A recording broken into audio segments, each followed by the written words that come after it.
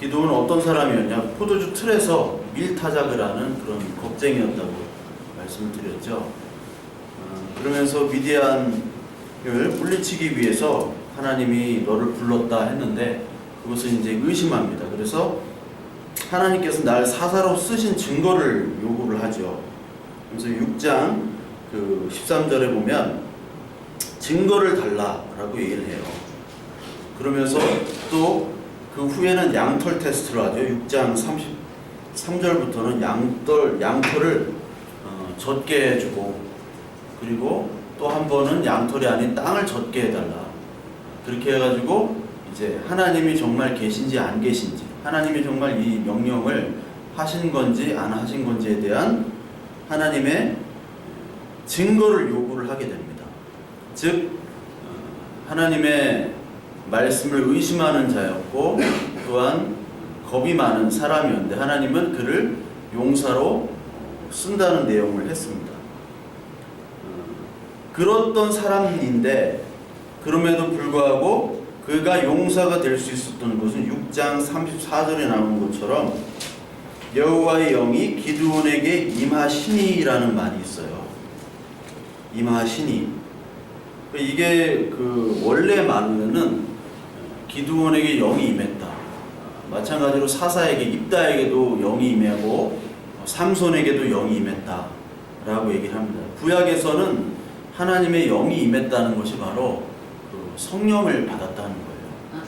근데 이제 신약에 와서는 하나님의 오순절 성령 사건 있죠?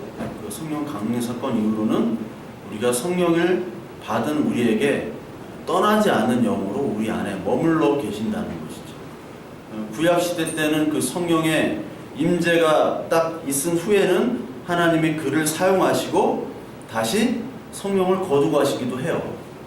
그것이 구약과 신약의 차이입니다. 근데 여기 보면은 영이 임했다는 것은 그 원래 말로는 옷이 입혀지게 된다라는 뜻이에요. 수동형입니다. 그러니까 하나님이 그에게 옷을 입혀주신 거예요. 뭐의 옷? 성령의 영의 옷, 하나님의 영의 옷을 입혀주신 것이죠. 신약으로 얘기하면 옷은 많이 배웠죠. 우리가 그리스도의 옷을 입으라라고 그러잖아요. 계시록까지 계속해서 그리스도의 옷을 입으라.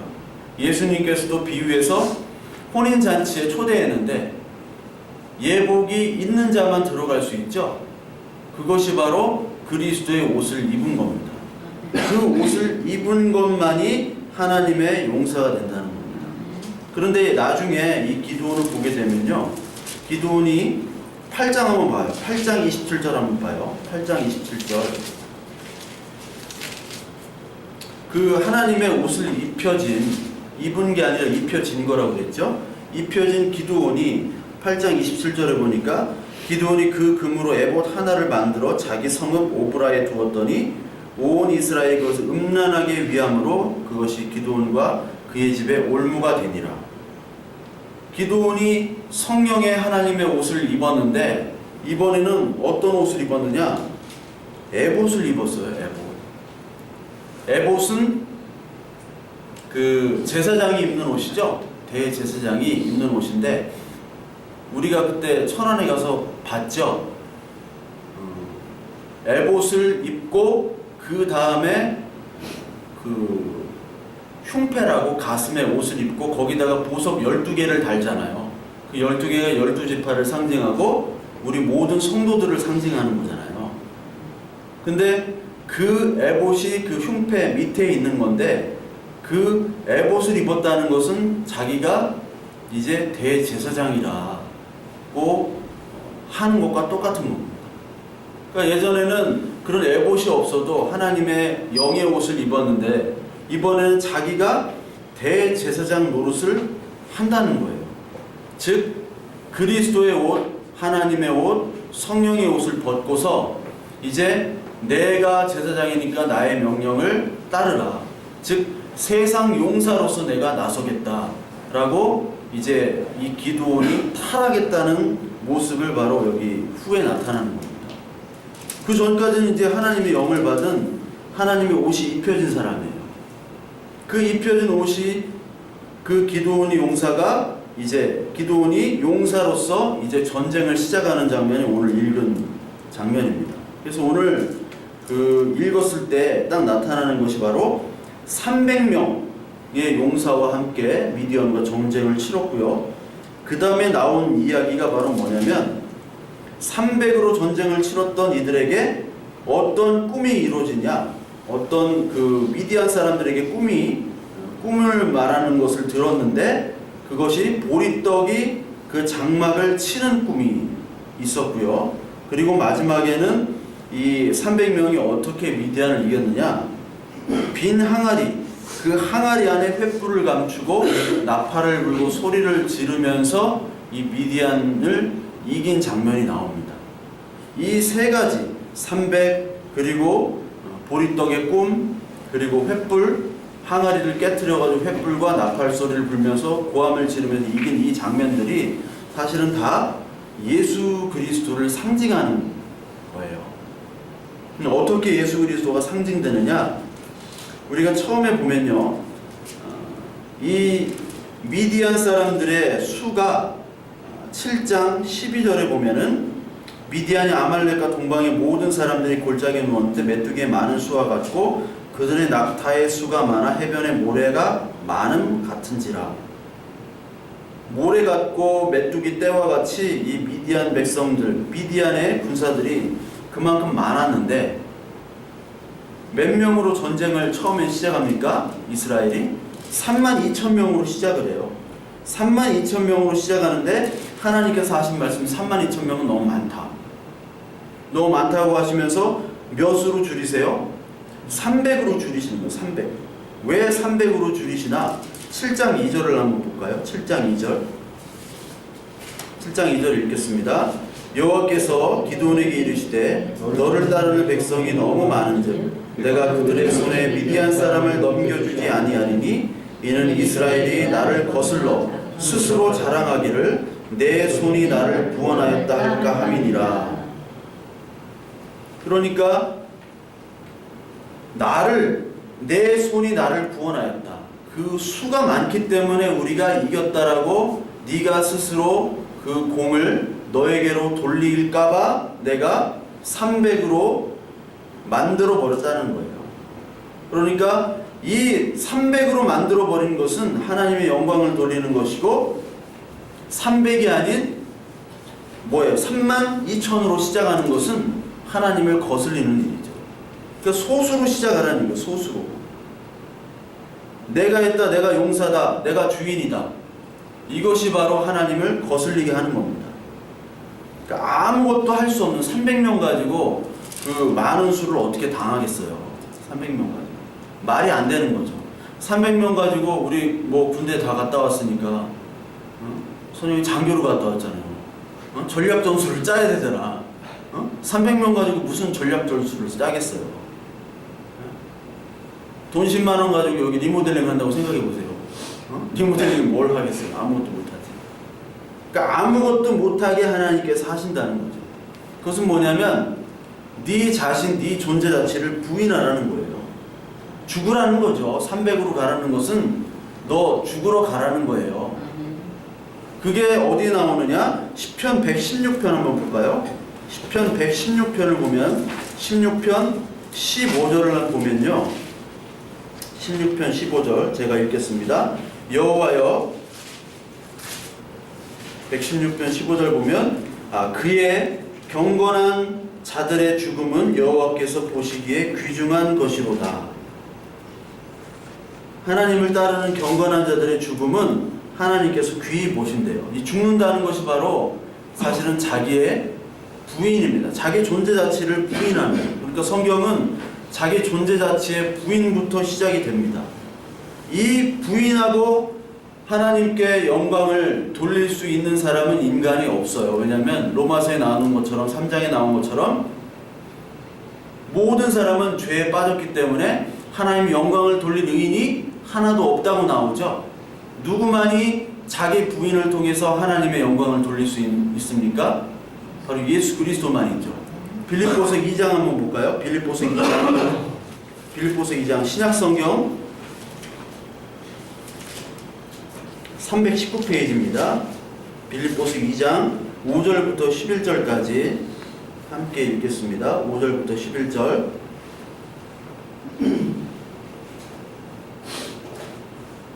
빌립보서 2장 5절부터 11절 같이 읽을게요. 너희 안에 이 마음을 품으라. 곧 그리스도 예수의 마음이니 그는 분과 하나님의 주신 하나님과 공동됨을 취할 것으로 여기지 아니하시고 오히려 그것을 이루어 종의 형체를 가지사 사람들과 지도시켜 주고 사람의 모양으로 나타나사 자기를 낮추시고 죽기까지 복종하셨으니 곧 십자가에 죽으심이라. 이러므로 하나님이 그를 지극히 높여 모든 이름에 뛰어난 이름을 주사 하늘에 있는 자들과 땅에 있는 자들과 땅 아래에 있는 자들로 모든 무릎을 예수의 이름에 꿇게 하시고 모든 입으로 예수 그리스도를 주라 시인하여 하나님 아버지께 영광을 돌리게 하셨느니라. 이것이 바로 하나님의 인카네이션, 그러니까 자기 부인을 통해서 이 세상에 오신 그 하나님을 나타내는 것이고, 그 자기 부인을 통해서 십자가를 지신 예수 그리스도만이 하나님의 영광을 돌린다는 거죠. 이러한 말을 했던 바울이 바로 빌립보서 3장에 이제 예수 그리스도의 자기 부인을 얘기했던 바울이 자기의 부인을 얘기합니다. 그러면서 빌립보서 3장 4절에 보면요, 나도 육체를 신뢰할 만하면 만일 누구든지 다른 이가 육체를 신뢰할 것이 있는 줄로 생각하면 나는 더욱 그러하니 나는 8일 만에 할례를 받고 이스라엘 족속이요 베냐민 지파요 히브리인 중에 히브리인요 율법으로는 바리새인이요 열심으로는 교회를 박해하고 율법의 의로는 흠이 없는 자라. 자기의 자랑을 하는 겁니다 지금. 그러나 무엇이든지 내게 유익하던 위와 같은 것을 내가 그리스도를 위하여 다 해로 여길 뿐더러 모든 것을 해로 여김은 내 주 그리스도 예수를 아는 지식이 가장 고상하기 때문이라. 내가 그를 위하여 모든 것을 잃어버리고 배설물로 여김은 그리스도를 얻고 그 안에서 발견되려 함이니 내가 가진 의는 율법에서 난 것이 아니오 오직 그리스도를 믿는 믿음으로 말미암은 것이니 곧 믿음으로 하나님께로부터 난 의라. 결국은 믿음으로 하나님께로 난 의밖에 나는 자랑할 것이 없다라는 얘기입니다. 그러니까 믿음이 깊어진다는 것은 자기가 더욱더 부인되어지는 것이고 하나님의 의만이 나타나는 것이죠. 세상에서 용사인 미디안과 세상에서 아무 쓸데없는 그 300명 가지고 상대가 안 되는 것을 하나님께 나가게 한다는 것은 바로 그 전에 여호수아 서에서 있는 여리고성의 정복과 비슷하죠. 아무 상대도 안 되는 그 견고한 여리고성이 어떻게 하나님의 말도 안 되는 방법으로, 이 300과 같이 말도 안 되는 방법으로 무너지잖아요. 즉 여리고성 전에 하나님께서는 그 할례를 통하게 하십니다. 할례는 그 생식기를 잘라내는 거잖아요. 생식기는 생명입니다. 너의 생명을 죽으라는 거죠. 너의 존재 자체는 네 생명의 육체에게 있는 것이 아니라 여호와께 성결 거룩에 있다라고 하나님께서는 말씀을 하시는 거예요. 그것과 똑같이 우리의 전쟁은 자기의 부인과 하나님께 순종함, 그 거룩함으로 말미암아 전쟁의 승리를 할 수 있다는 것이죠. 그래서 우리는 우리의 부르심이 약한 자로부터 부르심입니다. 하나님이 약한 자를 부르시고 우리의 자랑할 것은 약한 것을 자랑하는 거예요. 고린도전서 1장 한번 보겠습니다. 고린도전서 1장 26절부터 31절까지 한번 볼게요. 1장 26절부터 32절, 31절, 264페이지. 형제들아, 너희를 부르심을 보라. 육체를 따라 지혜로운 자가 많지 아니하며 능한 자가 많지 아니하며 문벌 좋은 자가 많지 아니하도다. 그러나 하나님께서 세상에 미련한 것들을 택하사 지혜 있는 자들을 부끄럽게 하려 하시고 세상에 약한 것들을 택하사 강한 것들을 부끄럽게 하시려 하시며 하나님께서 세상에 천한 것들과 멸시받는 것들과 없는 것들을 택하사 있는 것들을 폐하려 하시나니 이는 아무 육체도 하나님 앞에서 자랑하지 못하게 하려 하심이라. 너희는 하나님으로부터 나서 그리스도 예수 안에 있고 예수는 하나님으로부터 나와서 우리에게 지혜와 의로움과 거룩함과 구원함이 되셨으니 기록된 바 자랑하는 자는 주 안에서 자랑하라 함과 같게 하려 함이라. 우리 고린도후서 10장을 볼까요? 고린도후서 10장 296페이지입니다. 10장 17절 볼게요. 자랑하는 자는 주 안에서 자랑할지니라. 고린도후서 11장 30절 볼게요. 내가 부득불 자랑할진대 내가 약한 것을 자랑하리라. 즉 우리의 자랑은 없다는 거죠. 주 안에서 자랑한다는 것은 주를 자랑한다는 거지 나를 자랑한다는 건 아닙니다. 우리의 자랑은 약한 것을 자랑하는 거예요. 왜요? 내가 약함에도 불구하고 하나님이 택하셨다는 거. 내가 이 보잘것없음에도 불구하고 300명인데도 불구하고 전혀 싸움이 되지 않는 싸움에도 하나님께 승리를 갖다 주신 분이 바로 하나님이시잖아요. 우리가 구원받을 가치가 없음에도 불구하고 하나님께서 구원해 주신 그 능력은 바로 하나님의 선택함이 있기 때문에 우리에겐 아무나 조건이나 자격이 없잖아요. 그렇기 때문에 하나님만을 찬양한다는 것이죠. 그래서 우리의 자랑거리는 없는 것입니다. 우리의 자랑거리는 없고 오직 하나님만이 하셨다라고 우리는 하나님 안에서 그것만을 자랑할 수밖에 없어요. 그래서 약한만을 자랑하는 것이죠. 그리고 두 번째로 이 미디안과의 전쟁에서 보리빵이 그 한 덩이가 장막을 치는 사건이 나와요. 이게 어떻게 이루어지냐면 기드온이 부라라는 부하가 있죠. 부라라는 부하와 함께 미디안 진영에 갔는데 정탐하러 갔는데 그들의 꿈을 들어요. 꿈을 들으니까 그들의 꿈이 어떤 꿈이냐면 여긴 뭐 떡이죠. 떡. 보리떡 한 덩이. 빵이죠. 빵. 큰 빵이 그 미디안 진영으로 불러 들어와가지고 장막이 무너졌대요. 장막이 쓰러졌대요. 이게 7장 13절이 나오죠. 그러니까 이 빵이 갑자기 나타나가지고 미디안의 텐트를 치는 거예요. 다니엘서를 여러분 보면 다니엘서 2장에 보면 뜨인 돌이라는 게 있죠. 뜨인 돌 기억하십니까? 제가 그림으로 이렇게 신상들을 그림으로 표현하면서 머리와 이쪽은 금이고 이쪽 어깨랑 이쪽 가슴 쪽은 은이고 그 밑에 쪽은 동이고 그리고 밑에 발 아래쪽 무릎 쪽은 진흙과 철로 만들어진 그게 다 나라를 상징한다고 그랬죠.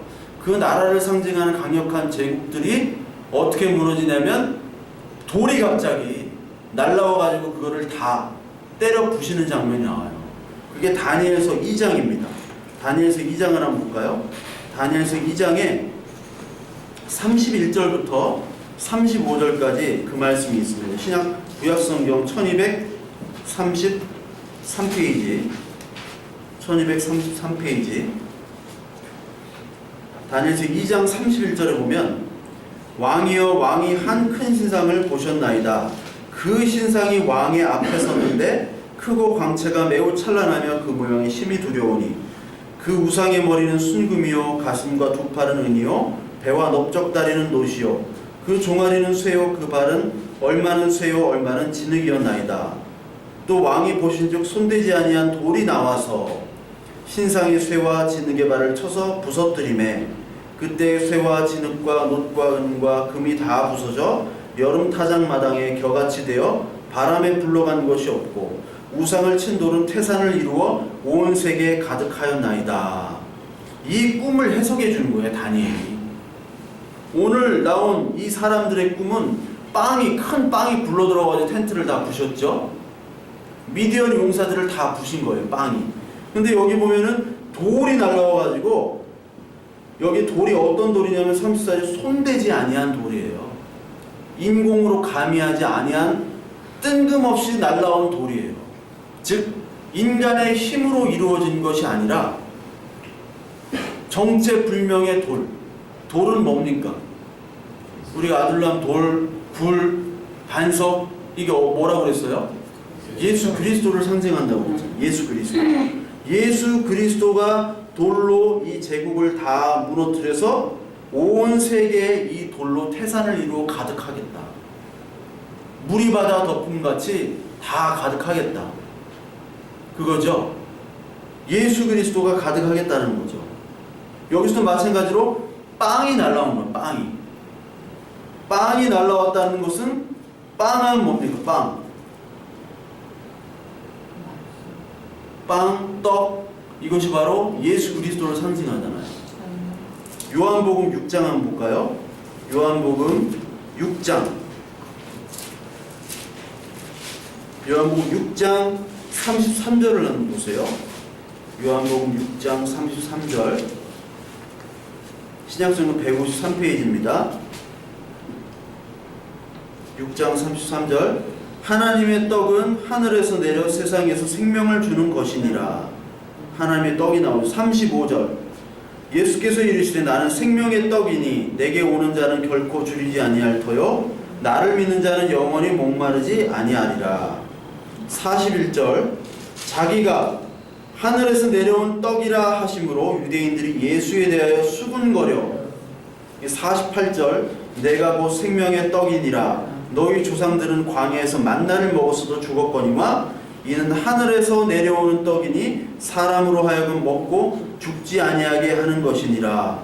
나는 하늘에서 내려온 살아있는 떡이니 사람이 이 떡을 먹으면 영생하리라. 내가 줄 떡은 곧 세상의 생명을 위한 내 살이니라 하시니라. 여기서 우리 아르토스라고 그랬죠? 아르토스. 예, 아르토스라고 해가지고 떡, 빵이라고 그랬잖아요. 헬라어로. 그것이 바로 예수 그리스도를 상징하는 것이고, 우리가 늘 이 밥을 먹어야 되니까, 떡을 먹어야 되고 빵을 먹어야 되니까 우리가 살잖아요. 그것이 생명인데, 우리에게 진정한 생명은, 진짜 밥은 바로 예수 그리스도 생명의 말씀 대신 바로 그 예수님, 그 말씀을 먹고 살아야지만이 우리가 진정한 생명이 있다라는 겁니다. 즉, 이 말씀이 다 부서뜨리는 거예요. 우리가 생각했던 모든 것들을 다 부숴버리는 겁니다. 고린도후서 10장 4절을 한번 볼까요? 고린도후서 10장 4절. 신약성경 296페이지입니다. 신약성경 296페이지 고린도후서 10장 4절.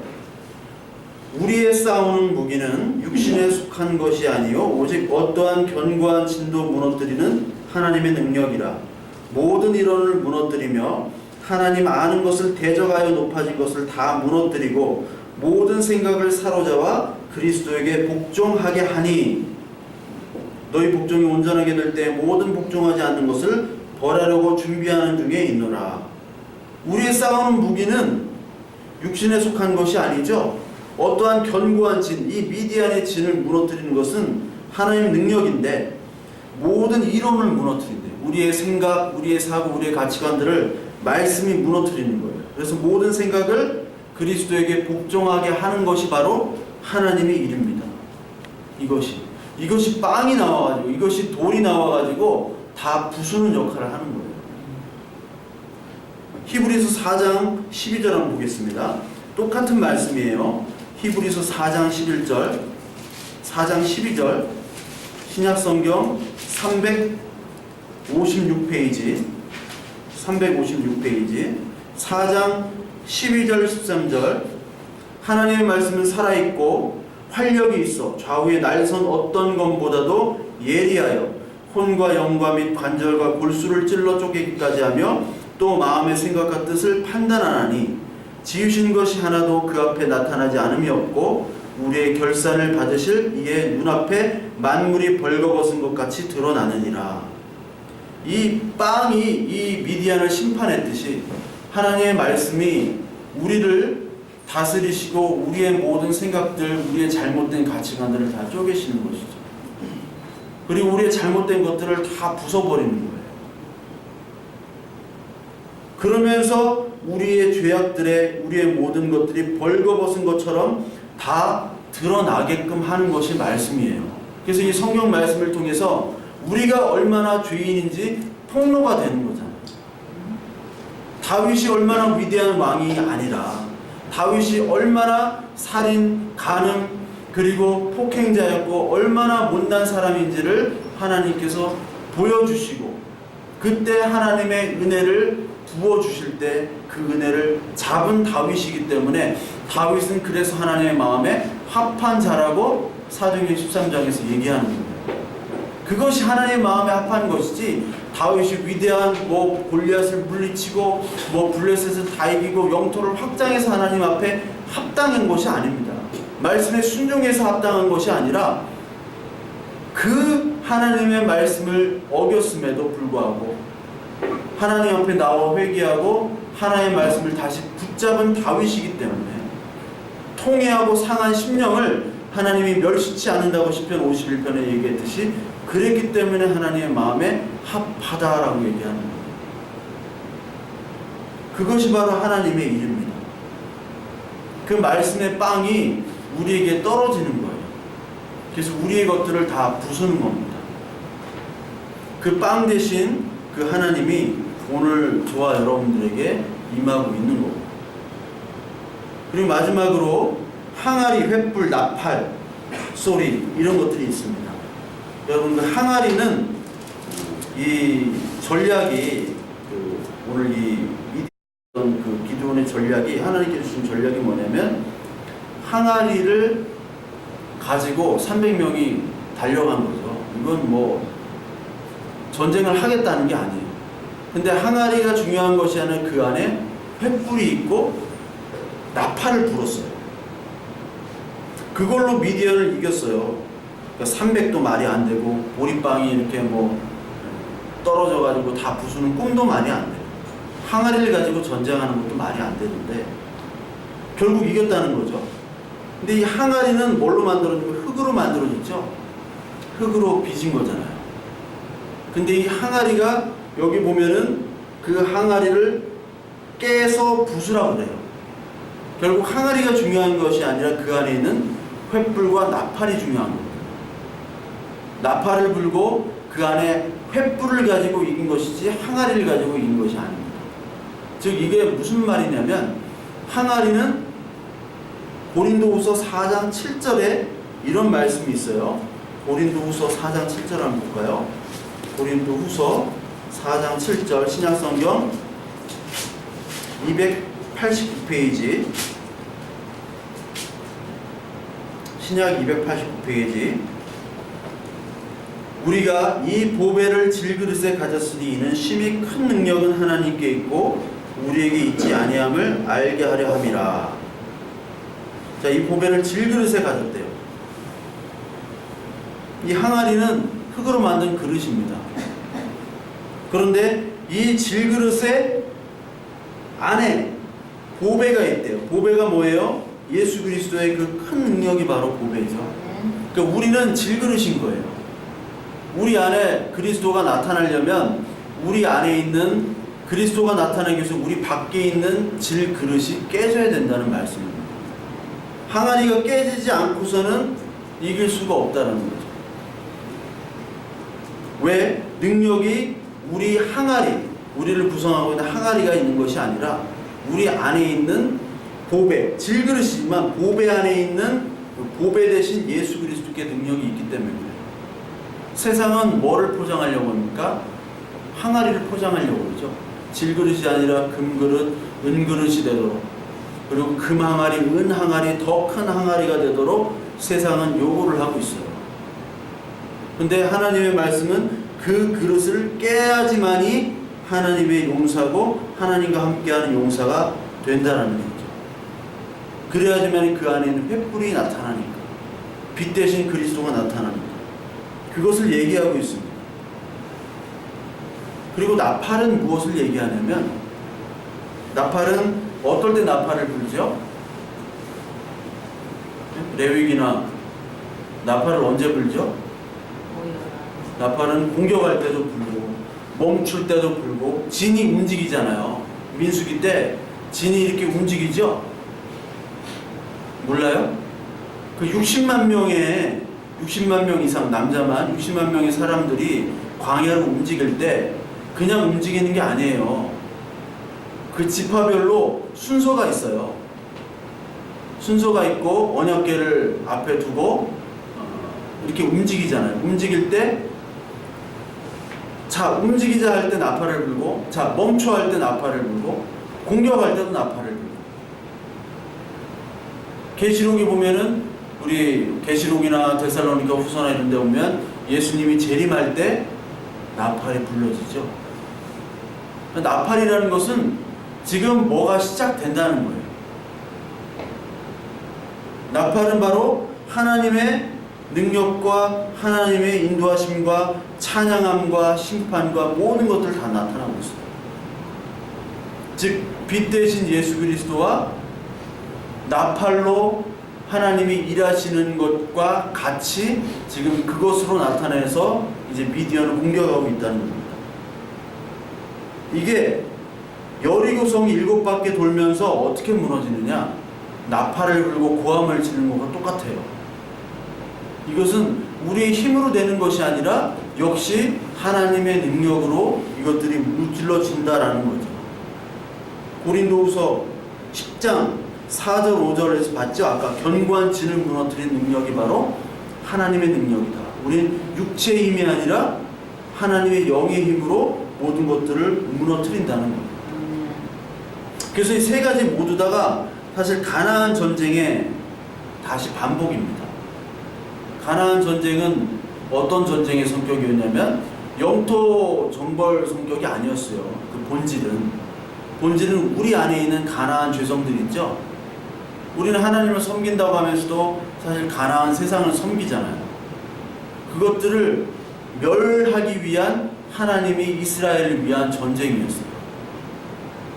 여기도 마찬가지로 동시에 기드온에 의한 전쟁, 미디안은 그냥 전쟁이지만 우리 안에 있는 미디안의 속성들을 하나님이 없애기 위한 전쟁이었다는 겁니다. 그래서 이 세 가지를 보면 300명, 보리빵, 항아리 횃불 이런 모든 나팔 소리 이런 것들이 어떻게 보면 다 기적입니다. 기적, 이적입니다. 그래서 성경은 표적이라는 말을 써요. 표적이 뭐라고 그랬어요?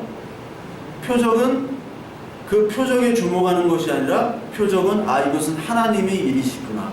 이것은 예수 그리스도를 나타내는구나 라는 표지판이라고 그랬죠. 중간 기착점이지 최종 목적지가 아니라고 그랬어요. 표적은.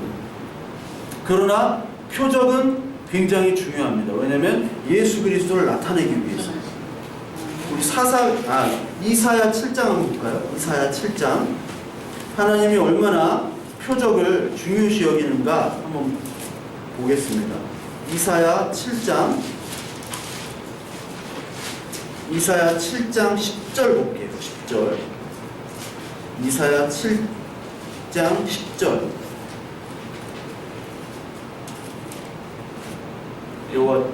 이사야 7장 10절.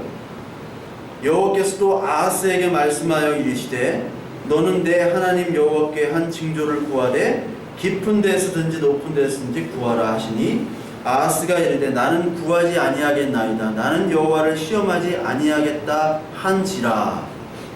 이사야가 이르되 다윗의 집이여 원하건대 들을지어다. 너희가 사람을 괴롭히고서 그것을 작은 일로 여겨 또 나의 하나님을 괴롭히려 하느냐. 그러므로 주께서 친히 징조를 너에게 주실 것이라. 보라, 처녀가 잉타하여 아들을 낳을 것이요 그의 이름을 임마누엘이라 하리라. 이 말씀은 뭐냐면 아하스가 악한 왕이었어요. 악한 왕이었는데 하나님이 이 아하스에게 이 징조라는 게 바로 표적입니다. 여러분 기적을 구하잖아요. 우리가 하나님 내가 이거 할 수가 없어요. 하나님 기적을 바랍니다. 하나님이 일하심을 보여주세요. 하는 게 바로 표적입니다. 그런데 아하스가 나는 구하지 않겠고 하나님이 시험하지 않겠다고 얘기해요. 근데 하나님이 뭐라고 하시잖아요. 너희가 사람을 괴롭힘과 동시에 또 나의 하나님을 괴롭히려 하느냐. 즉 구하지 않는 게 괴롭힌다는 거예요. 표적을 구하라고 그러는 거예요. 지금 하나님이. 왜요? 그 표적을 통해서 하나님이 하나님 되심을 알게 하기 위한 방법이니까. 그만큼 표적이 중요한 겁니다. 그러나 여기 나온 것처럼 최종적인 표적은 처녀가 잉태하여 아들을 낳는데 그것이 임마누엘 예수 그리스도를 나타내는 것이죠. 최종적인 표적은 바로 예수 그리스도지만 우리에게 예수 그리스도를 가기 전에 중간 기착점으로 표적을 허락하시고 그것을 부활하고 예수님이 그러신 거예요. 하나님이. 표적은 바로 하나님께서 하나님 되심을 일하시는 거라고 그랬으니까 하나님이 광야 시대 때 만나를 주시고 메추라기를 주시고 물이 일어나게 하시고 그 전에 애굽의 10가지 재앙을 일으키셨죠. 그게 다 표적입니다. 그때 당시 하나님을 알 수가 없었어요. 모세도 하나님 당신 누굽니까? 나는 나다. 에고에임 스스로 있는 자다. 이렇게 얘기하잖아요. 그럼 도대체 당신 뭡니까? 누굽니까? 알려주세요. 그래서 이 표적들을 다 보여주시고 나서 그 광야에 들어가서는 이제 만나가 그치더라. 이제 표적을 없애주시는 거예요. 왜? 하나님의 하나님 되심을 나타낸 후에 그 다음부터는 하나님께서 이제 계시의 하나님으로 언약의 하나님으로 이제 나타내시기 때문에 그것을 믿으라는 거죠. 예수님도 많은 표적을 나타내시죠. 오병이의 기적, 죽은 자를 살리시고 여러 가지의 기적을 나타내신 다음에 맨 마지막에 예수님이 달리실 때 뭐라고 얘기하십니까? 나는 요나의 표적밖에는 너에게 보여줄 것이 없다. 즉 내가 죽는 것만큼 말고는 보여줄 것이 없다라고 얘기하십니다. 표적에서 이제 계시의 언약의 말씀으로 예수 그리스도로 가는 것이죠. 그러나 우리가 예수 그리스도의 계시로 바로 가지 않고 표적을 거친다는 거예요. 그래서 옛날 시대의 신앙들 있죠. 성경 말씀 모르는데 그냥 하나님 나 지금 자식들이랑 굶어 죽으니까 그냥 기도하고 죽을래요. 하니까 기도했더니 하나님 먹을 거를 딴 사람 통해서 주시던가 아니면 얘 어린아이 얘 자식 죽게 생겼어요. 하나님 살려주세요. 할 때 하나님이 기적적인 방법으로 살리시기도 하고 그런 방법들이 표적으로 하나님의 일하심이었다는 거예요. 그 신앙을 여러분 우리는 인정해야 됩니다. 그러나 지금 이 시대는 어떤 시대예요? 우리가 온 계시가 다 완성된 시대잖아요. 우리가 말씀으로 다 아는 시대잖아요. 그런 표적들이 이제 큰 의미가 없다라는 거예요. 이제는. 왜요? 지금 이 시대 우리가 계시를 다 아는 시대이기 때문에 그 표적만을 붙잡으면 그 표적이 우상이 돼요. 대표적으로 노뱀 사건이 있죠. 노뱀을 딱 만들었어요. 그걸 보니까 다 살았어. 야, 저게 큰 능력이 있구나. 그래서 그 노뱀을 몇 년간 섬긴다고 그랬어요? 700년간 섬겼잖아요. 느후스디안이라고 해가지고 히스기야가 그 노뱀을 없애버렸습니다. 모세 때부터. 모세 때가 BC 1400년이니까 그 이사야 있던 그 히스기야 있던 게 BC 700년이니까 700년을 섬긴 거예요. 몽골 삼별초부터 지금까지 섬겼다고 얘기했죠. 삼별초. 강화도 삼별초. 그 군사정권. 지금까지 섬겼는데 그때 없애버렸잖아요. 즉 우리는 믿음으로 행하고 보이지 않는 것을 행하지 아니한다는 고린도후서 5장 7절의 말씀처럼 이 표적들 기드온의 전쟁에서 모든 보이는 300 그리고 떡 그리고 횃불 항아리 이것들의 기적과 표적으로 인도하신 그 하나님의 인도하심을 결국 오늘 이것들이 무엇을 상징하느냐? 예수 그리스도를 상징한다는 것을 오늘 우리가 배워야 된다는 겁니다. 이것이 말씀을 상징하는 것이고 이것이 모든 계시를 상징한다는 겁니다. 이쪽 방향으로 우리가 가야 된다는 겁니다.